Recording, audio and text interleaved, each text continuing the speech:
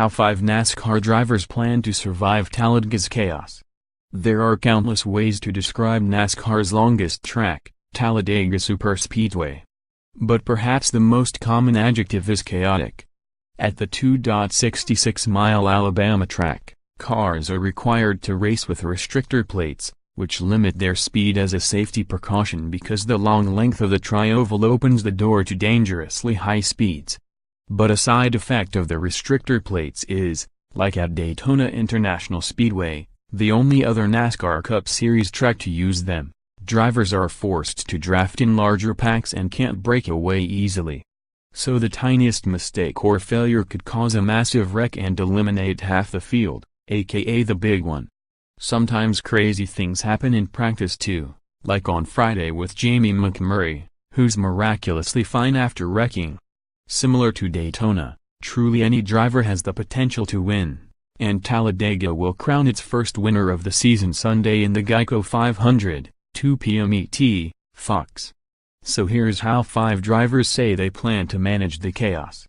In the 2017 season, Stenhouse grabbed his first career Cup Series wins, taking the checkered flags in the Geico 500 at Talladega and the Coke 0400 at Daytona. For us, it is a great opportunity to go get stage points. That is the way I look at it. I want to be in the top 10, lead stages, win stages and get as many points as we can. One of the reasons why I like to do that is because you can ride around in the back, not get any stage points and go race at the end and have the opportunity to race at the end, but if you get caught in a wreck with 10 to go, you are still sitting there with no points.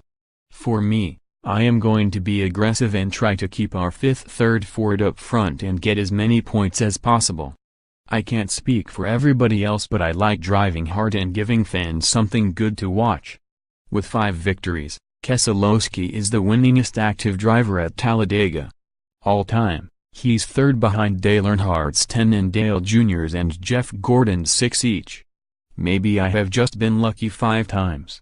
I think there is a luck factor to Talladega that will always be there, and there is a skill factor that seems to always be a moving target with different tactics and techniques based on the rules, regulations and competitors. What it took to win here the first time is certainly not what it will take to win here this weekend. You have to adapt to that, and that is a big challenge when you have something you are successful with. I would say that with the way the cars are driving so far this weekend, it will take something completely different again to be successful here. I look at it as a fairly open weekend with a lot of unpredictability, even for Talladega standards. With that is an opportunity as well. We are certainly going to have to earn it. Busch is on a 3-race win streak and looking to make history by extending it to 4. However, he only has 1 Cup Series win at Talladega. I just play with the equipment that I have and just kinda feel like I give it everything that I've got.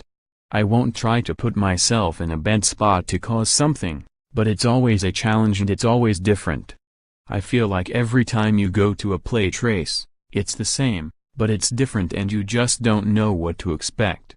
A lot of new drivers that are out there that don't have wins yet in our series that are going to be hungry and looking for wins, so they're going to be trying to punch their tickets to the playoffs and being very aggressive. You've got to be mindful of that too. As a rookie, Wallace finished second in the Daytona 500, the first plate race of the season. It was the highest finish in the iconic race for both a rookie and an African-American driver. You are not safe anywhere. Look at Daytona. Wrecks happen at the front, the middle and the back. Spotter, Freddie, Kraft, up top made good calls on where to go, guiding me through the wrecks, and that helped out a lot. But I mean, it's really hard to say. You are just trying to buy time, and people just get anxious and ready to jump the gun way too early, and that is when things happen. Don't get me wrong, I might sound like I am downplaying it bad, but I'm excited to get back in the race car and go back at it again. Just from the experience we had, finishing second at Daytona does bring a little bit of confidence. I'm just trying to remember what in the heck I did. I don't know, I was just out there cruising.